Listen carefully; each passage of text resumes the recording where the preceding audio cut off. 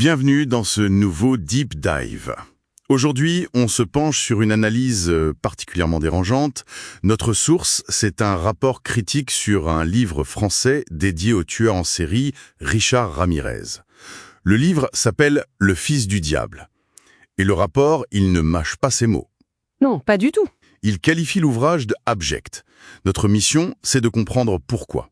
Pourquoi il le voit moins comme une biographie criminelle que comme de la, je cite, pornographie du crime réel. C'est un cas d'école vraiment fascinant.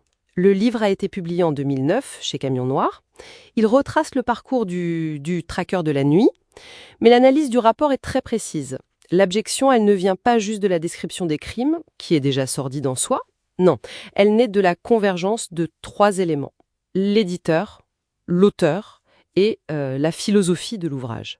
D'accord. Donc ce n'est pas juste le contenu explicite. Le rapport s'attaque d'abord au contenant, si je comprends bien. L'éditeur. Camion Noir. Rien que le nom. Le nom est évocateur et leur slogan l'est encore plus. L'éditeur qui véhicule le soufre. Ah, oui. C'est une vraie déclaration d'intention.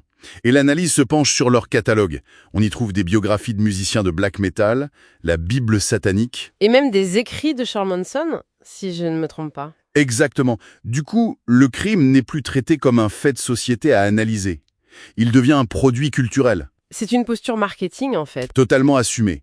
On n'est pas dans le true crime d'investigation, mais dans une sorte d'esthétisation de la transgression. C'est ça. Le rapport dit que ça transforme le meurtre en un sous-genre de la culture sombre. Une marchandise, quoi. L'éditeur ne documente pas le mal, il le stylise pour le vendre. D'accord. Mais ce n'est que la première couche, comme vous disiez. Oui. Le rapport s'intéresse ensuite à celui qui tient la plume, l'auteur, Nicolas Castello. Et le rapport souligne bien que c'est un pseudonyme, ce qui en soi n'est pas si rare. Non, mais ce qui se cache derrière l'est beaucoup plus. C'est là que ça devient vraiment troublant, j'imagine. C'est là que le rapport livre sa révélation la plus glaçante. L'auteur, c'est en réalité Nico Clos, une figure tristement célèbre des chroniques judiciaires françaises des années 90. On le surnommait le vampire de Paris. Attendez une seconde. L'auteur du livre sur le tueur en série est lui-même un meurtrier condamné? Oui. Ce n'est pas un détail, ça. Ça change absolument toute la perspective. C'est le cœur de l'argument du rapport. Nico Clos a été condamné pour meurtre. Et il a avoué par la suite des actes de cannibalisme, de profanation de cadavres dans les morgues où il travaillait. C'est terrible. L'analyse est donc sans appel. Ce n'est pas un chercheur qui observe son sujet, c'est un prédateur qui observe un père.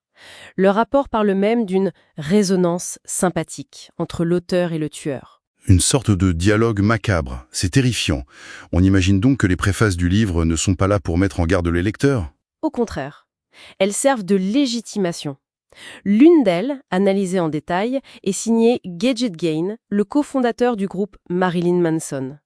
Et ce n'est pas une simple introduction, c'est un manifeste. Un manifeste, c'est-à-dire... Eh bien, Gain y développe une philosophie nihiliste assez radicale.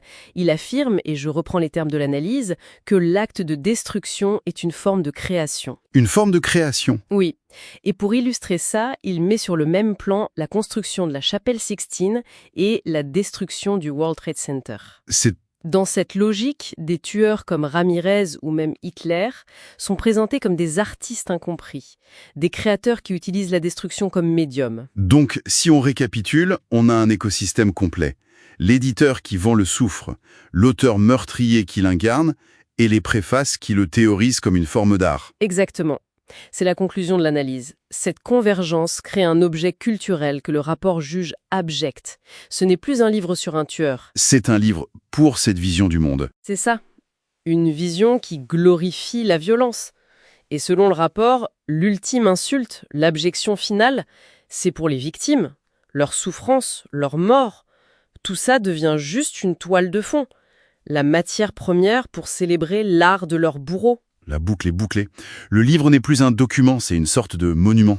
Le rapport conclut en disant que le fils du diable ne fait pas que documenter les ténèbres. Il les propage. Il leur donne une légitimité. Et ça nous laisse avec une question plus large pour la réflexion. Dans notre fascination pour le crime, où est la frontière entre l'analyse critique et la pure complaisance ? À quel moment est-ce que la documentation devient une forme de complicité ?